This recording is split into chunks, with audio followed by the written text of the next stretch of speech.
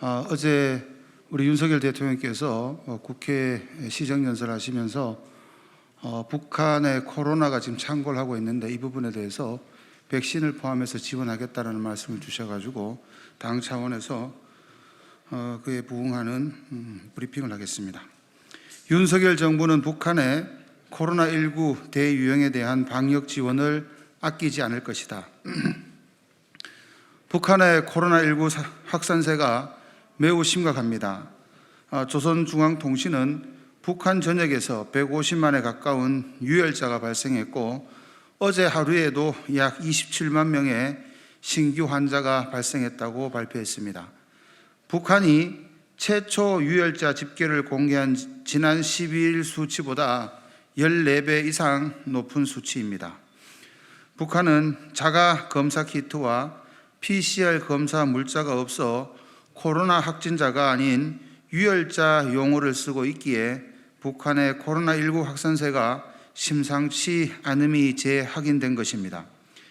세계보건기구는 북한이 아직 코로나19 백신 접종을 시작하지 않은 국가라는 점에서 즉각적이고 적절한 대책으로 대응하지 않으면 바이러스가 대중 사이에 빠르게 퍼질 위험이 있다고 경고하기도 했습니다.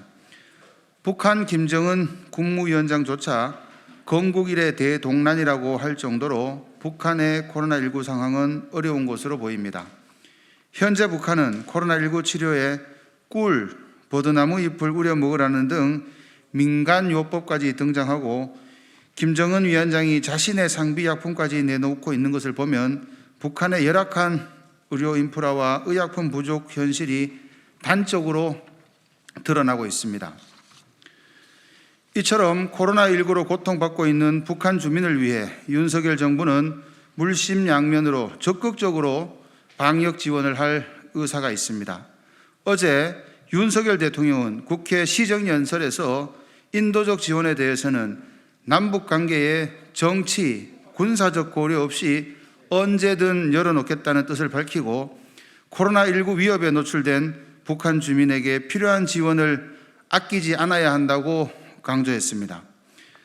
그리고 어제 박진 외교부 장관도 중국 왕이 외교부 장과 첫 화상통화에서 북한 주민에 대한 인도적 지원에 대해 상호 지속적으로 협의하기로 했습니다.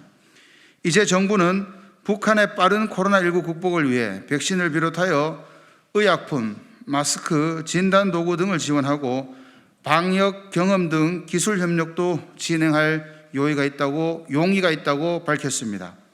하지만 코로나19 지원 의사를 밝힌 권영세 통일부 장관 명의의 대북 통지문에 대해 북측은 아직 접수 의사를 보이지 않고 있습니다. 코로나19 방역에는 골든 타임이 있습니다. 북한은 더 늦기 전에 열린 마음으로 코로나19 방역을 위한 남북 실무 접촉에 임하길 기대합니다. 또한 윤석열 정부와 국민의힘은 코로나19 방역뿐만 아니라 북한 주민의 생명을 지키기 위한 인도적 지원에는 여야 간 협치를 통해 앞으로 더 적극적으로 나서겠다고 국민 앞에 약속드립니다. 이상입니다. 감사합니다.